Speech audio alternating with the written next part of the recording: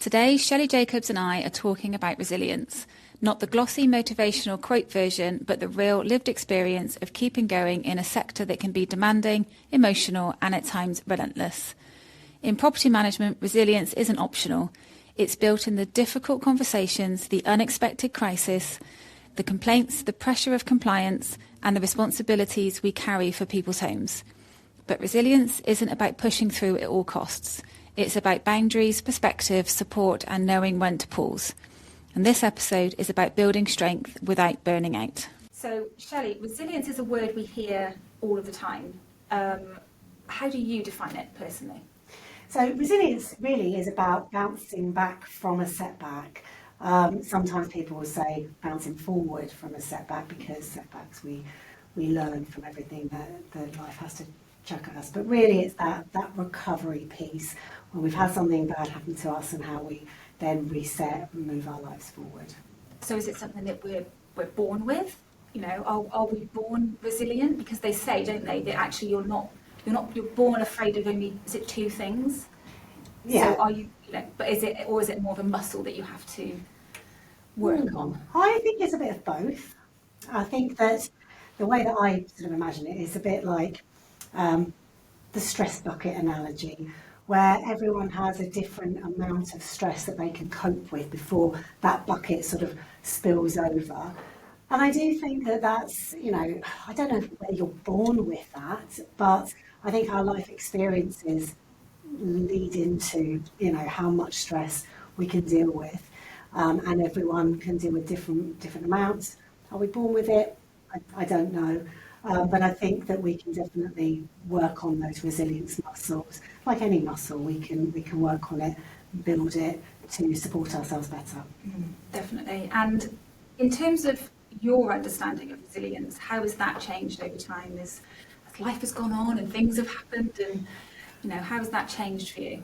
I don't know that my understanding of it has necessarily changed, but I think what has changed is the need for those resilience muscles. You know, in the world today, you know, I feel like I say every day, the world's gone mad, you know, and it feels like that. And we've been through a lot as people, you know, the pandemic, wars, you know, life is much tougher today. You know, you throw in whatever is going on in the world, technology, the impact of social media, whatever that might be. So I don't think that the resilience skills necessarily have changed. I don't think my understanding of that is particularly different. But what I think is palpably different is that it's not just a nice thing to have. I think in today's world it is a necessity, because if we don't look after ourselves, you know, as we know, you know, depression rates are rising and not going back down. Mental health issues are on the rise. So I think the need to really focus on resilience in a very purposeful way is more important today. And do you think there's a misunderstanding around resilience as more of a, you know, we've got to push through, we've got to have that stiff upper lip, we've got to just keep going and keep doing, and ultimately we're burning out from it because we're categorising it wrong? I think a lot of people think it's fluffy. And, you know, we use that word a lot, you know, that anything to do with well-being, resilience, a lot of people just think, oh, it's a load of fluff. But actually, it can help us to survive. So I think of it more as being a necessity. And that sort of stiff upper lip, sort of pushing on through, it doesn't help anybody, you know, it just doesn't. And I think that the perception of that has altered over time, whereas now people are more willing to talk about their mental health, people are more willing to share their stories around seeking support through therapy or whatever. You know, back in the day, whenever that was, I don't know, but back in the day, people didn't talk about those things because of that sort of stiff upper lip or whatever. I think today we're more open about it, and I think that's a good thing. We need to talk about it. We need to, you know, encourage people that if they're just sitting stewing themselves in their own head, that's like the worst thing you can do. And in terms of stress then, with everything that we're talking about in terms of resilience, what are some signs that somebody might be struggling with stress, of which they then may need to be more resilient or work on their resilience around that whole situation of stress as a particular factor? So there's so many elements of spotting the signs of stress. Firstly, there's these like emotional signs. People are emotional creatures. We're not robots. But if somebody is sort of unduly irritable, or they're being moody, or overly emotional outbursts or reactions, that's a sign of stress. In the workplace, we see people doing a lot of errors day to day that are uncharacteristic. We all make mistakes, that we're human. But if you're noticing about yourself, for example, or with other people, that they're making the odd mistake and it's uncharacteristic, that can be a sign of stress. Physical symptoms, so being quite jittery, if being frightened of loud noises and being quite jumpy, skin conditions. So the skin thing is an interesting one. So when we think about the physical aspects of stress, we're in that state of fight or flight mode, and our body is protecting our vital organs, and our body's anticipating being attacked, so our body emits lots of white blood cells. Those white blood cells are sort of mincing around the body trying to find a wound to heal, or, I don't know, a virus to attack, or whatever it might be. If there aren't those things, then those white blood cells can start attacking healthy tissues. So people who suffer with things like psoriasis get flare-ups with stress. Different patterns of eating can impact. I mean, there's so many things, stomach issues, etc. I mean, I remember once when I was studying and running a business, there was high stress for me. I started having stomach issues. I went to the doctor, I had loads of blood tests, and all that kind of stuff. And it all came back fine. There was nothing wrong with me. And at the time, I was taking some exams. And once those exams were done, my stomach miraculously returned to normal. And the ironic thing about that is I was studying well-being at the time from a theoretical perspective, and they were telling me these are some of the symptoms, and I didn't recognise it in myself. So physical symptoms, bad behaviours. So if we like having a glass of wine or eating takeaways or whatever, those bad behaviours start creeping in, and that helps us to feel like we've got a bit more control. But obviously those things have knock-on negative effects. There's a lot. I could babble on for hours. You could keep going. But yeah, there's a lot. But the key thing here is that we need to understand our own stress responses. We need to understand what our triggers are, so that when they're happening, we can, firstly try and avoid those things happening in the first place. But if they're happening, we can step back and go, okay, I need to do something to balance this out. And what would those things be? Because that kind of leads me on quite nicely to your next question. How you personally manage stress. So in that situation where you maybe didn't recognise it in yourself, do you recognise your stress triggers now? Yes and no. So I obviously talk a lot about this. I have, all the things, but in myself, I do find it harder to recognise. And quite recently, I was talking to somebody about burnout, and the conversation went, well, once you've had a holiday, when do you start feeling a bit burnt out and stressed? And I sort of said, well, maybe about 3 months, 4 months after. And the conversation then was, well, there must have been some signs that that's happening. And I really struggled to think about it, even though I've got all the answers, but in myself it's much harder. So I spoke to a friend of mine, and what she said was, well, you start getting takeaways because going and doing your food shopping just seems too complicated. I was like, yeah, you're right. And, moaning about the day-to-day chores and things that don't get done and that sort of thing. So now I'm much more aware of what those things are for me. I sometimes have stomach issues, and then I know that's potentially stress. So I think for me, I'm much more aware of my triggers, but I'm also more aware of how to avoid them. I'm not saying I always succeed, because, I have a stressful life just like anyone else.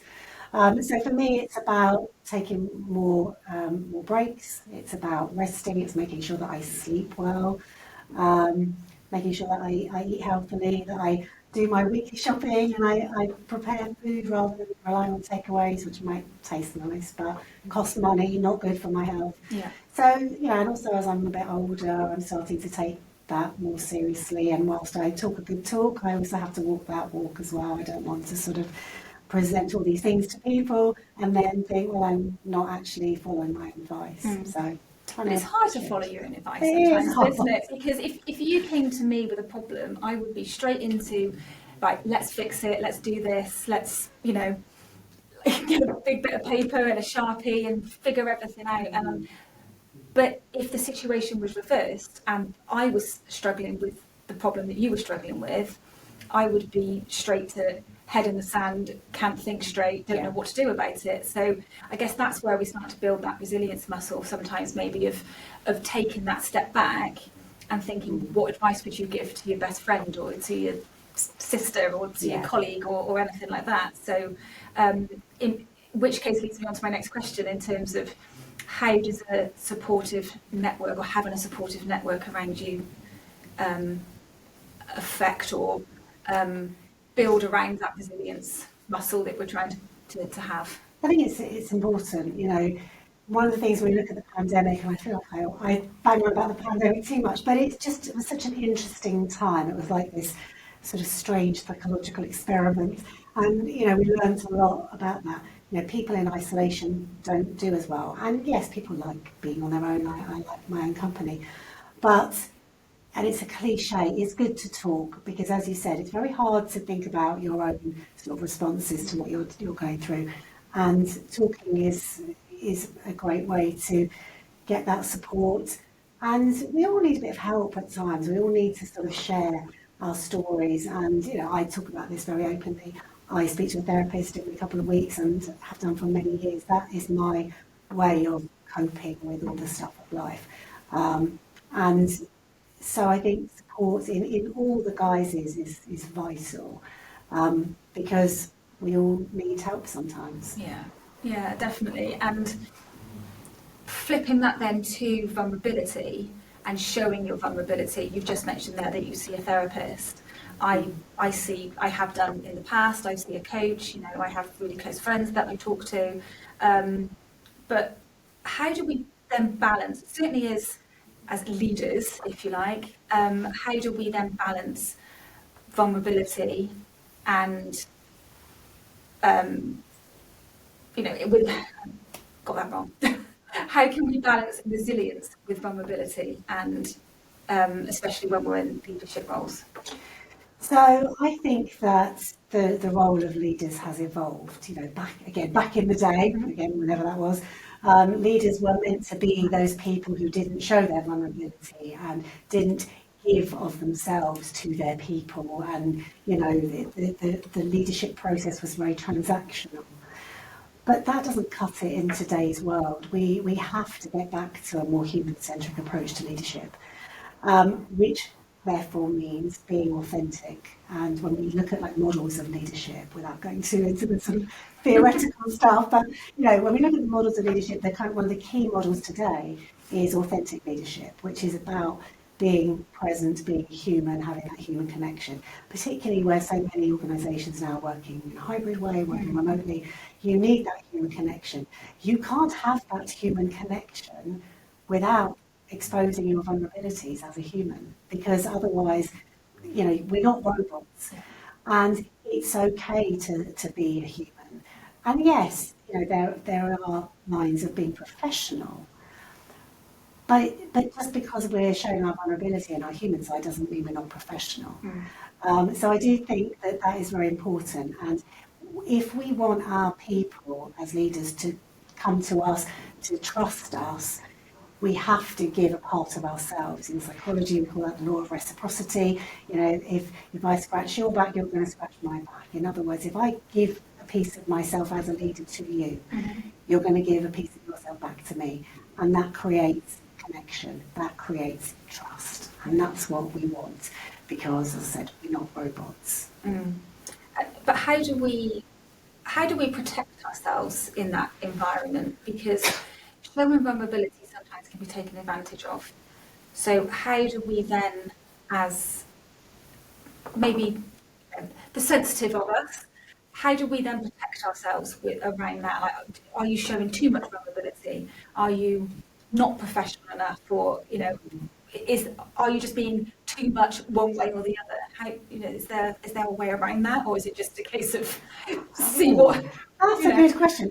I think it depends on the situation. As you know, I'm a jibber jabberer, and I like to share my little stories to my people, and that's how I connect with them.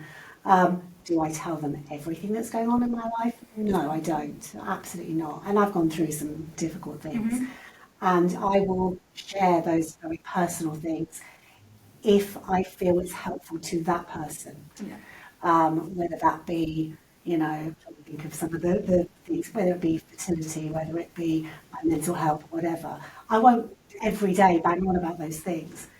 But if somebody that I'm talking to is going through something similar, I guess under the umbrella of empathy and connection, I will use those stories appropriately if I feel it will provide value to that person and that conversation. But otherwise, there are bits of myself that I don't share. So for me, I guess that's more situational. Yeah. But in terms of like protecting yourself as a leader, I don't know. I think there is a bit of a balance, and it also depends on the person in front of you. Sometimes sharing your own stories can be unhelpful because that person just wants to talk about what they're going through and they don't want to hear it. They don't want to listen to your story that you think is relevant. So I do think that there's an element of kind of doing the dance and being cautious, but I think, like I said, that connection is a good thing, but there is a bit of a line and it's situational for me. Yeah. So when we talk about our mental resilience, certainly in high pressure environments, how can we protect ourselves in that respect? We want to protect our mental health. We want to make sure that we are resilient enough to get through those high pressure environments. So what would your advice be there?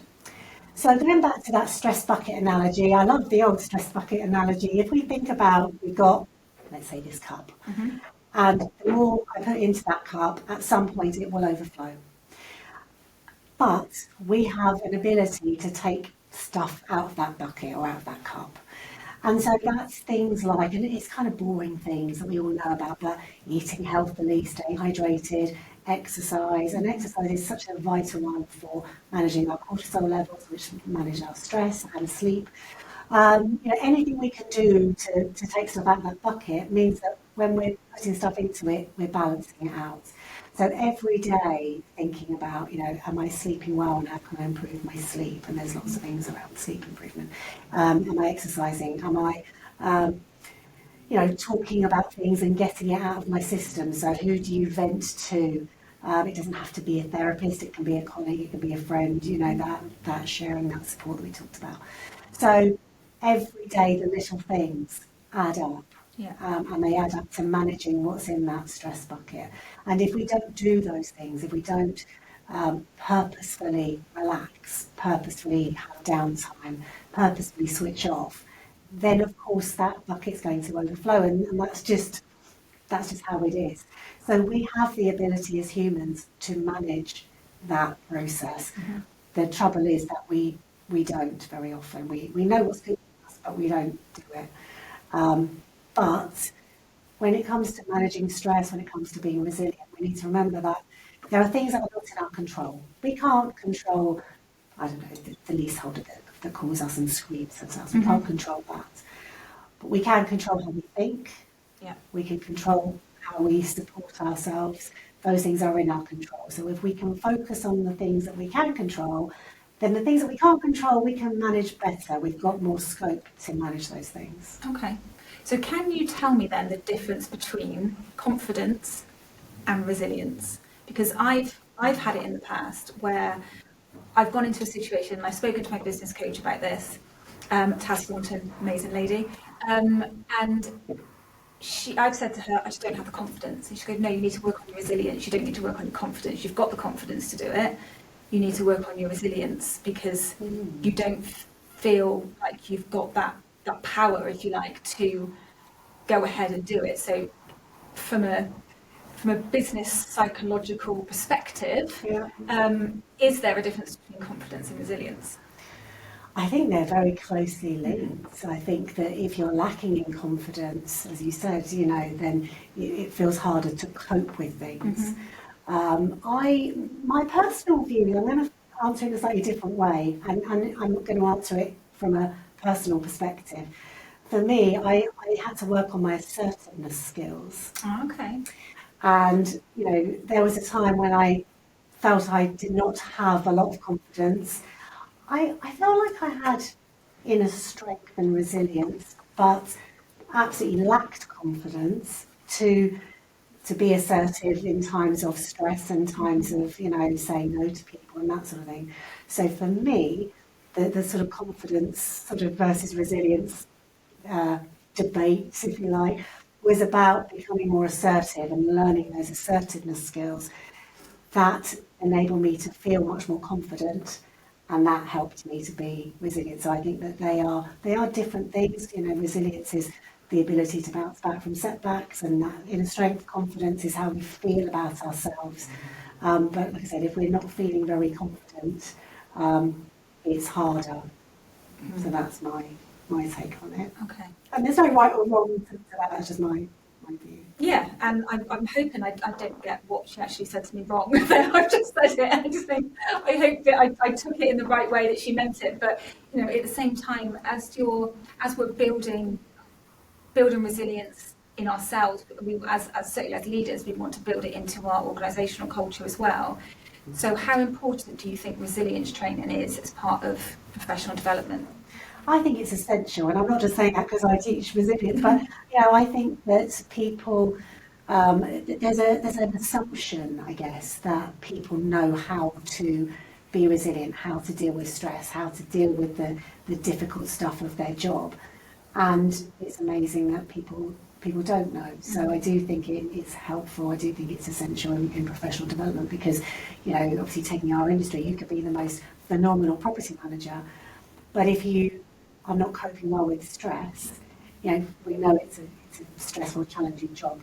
So having tools and learning those tools and techniques to support you, to support your stress bucket and managing that, I do think it's essential because you're not necessarily born with that knowledge, regardless of how big or small your stress bucket is. You know, I think that resilience is something you can learn and work on.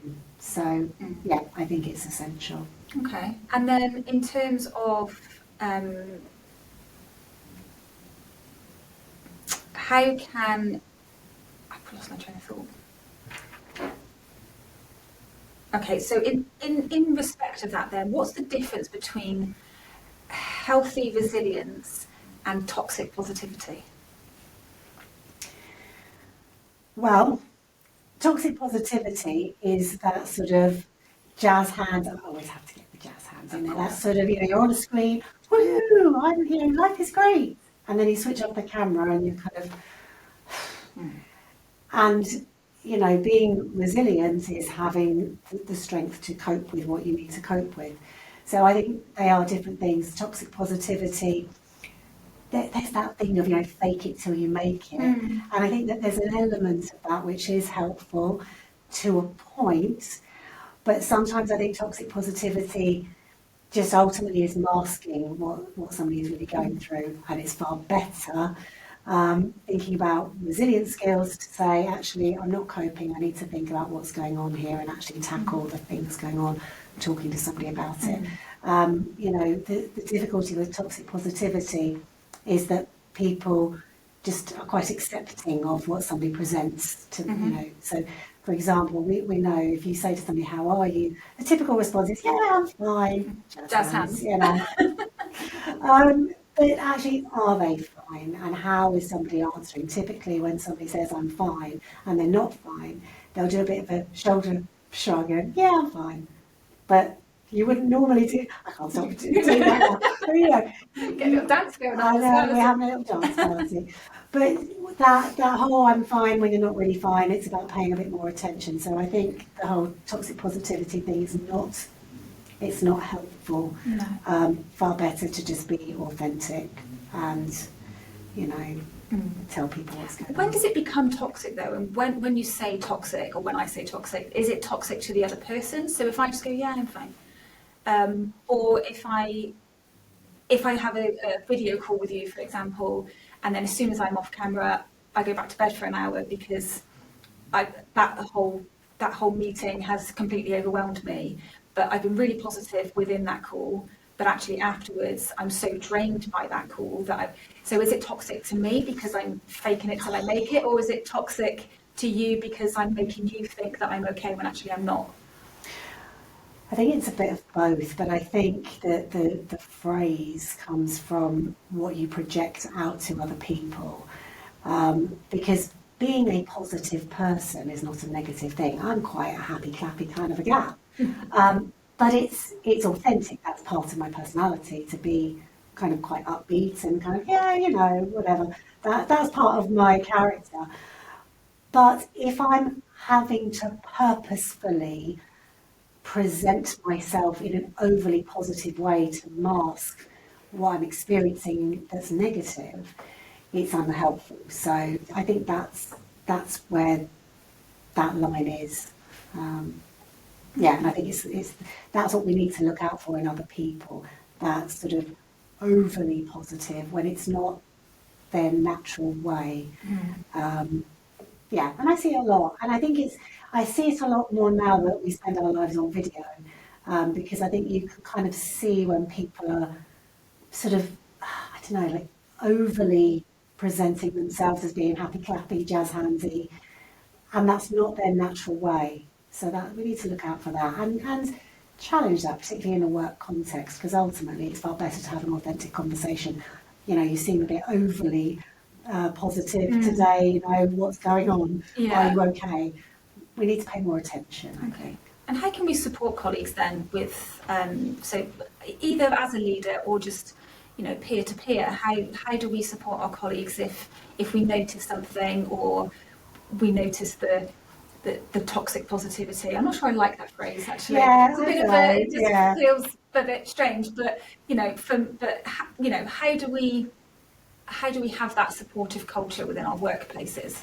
I think it's about connecting. It's about getting to know people, and it's about making an effort to have conversations that are not about work, particularly if you're working hybrid or remote. We used to have the water cooler banter moments. We don't have those as much anymore. I had a situation where I had a colleague, and he would always turn up to an online meeting, 5 minutes late every time. And it used to really irk me. And I said to him, and he was a manager, I said, "What's going on? You're always late, and you're not somebody that turns up late."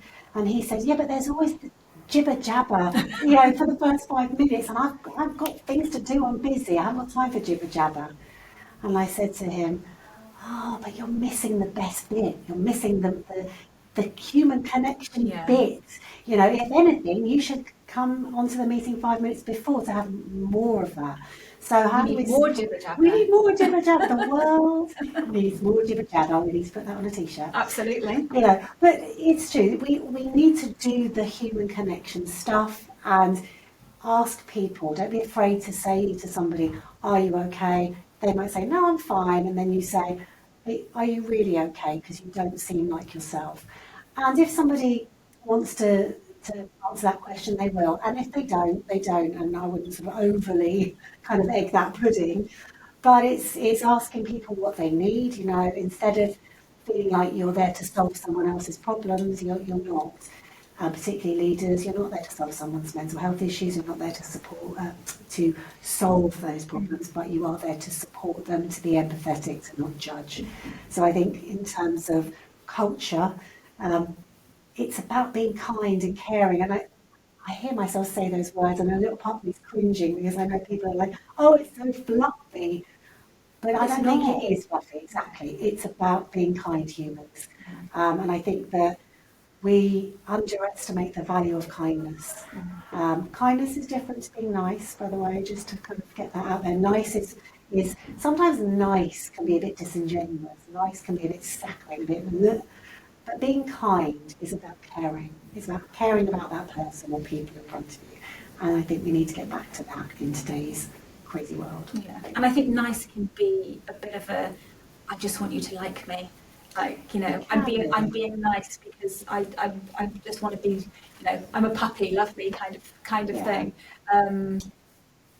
And that can be a bit toxic as well, because not to yourself, not to other people, but you're just kind of you're going to struggle with that down the line, I think, if you're just trying to be that person because you just want to be liked. And I've struggled with it myself. Yeah, as have I. Yeah, and it's hard because you want people to like you. Of course you do, but if they don't like you for you, that's then their problem. That's their problem. I mean, maybe Yeah. that comes with getting older or whatever, but certainly for me, it's if you don't like me at my worst, or you don't like me when I'm going through something really difficult, then you didn't really like me for me anyway. So is there any point in being anything other than yourself? And as you say, be kind, just be a kind, caring person, and let the chips fall where they may.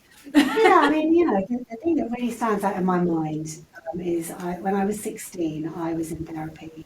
I was going through some tough times at school, and lack of confidence and all that kind of stuff. And I remember the psychologist saying to me, "Do you like everyone that you meet?" And I said, "No." She said, "Do you have that connection with everybody that you meet?" And I said, "No, sometimes I meet people and I connect with them, and other people, it's a bit kind of awkward, and all that." And then she said, "Is that okay?" And I said, "Yeah." She said, "Does it make a difference to you that you meet people and you don't like them or you just don't connect with them for whatever reason? Is that okay?" I said, "Yeah, I guess so." And then she obviously flipped it around and said, "So if people meet you and they don't like you, not because you're a bad person or anything, but just because you're not their cup of tea, you don't connect with them or whatever, is that okay?"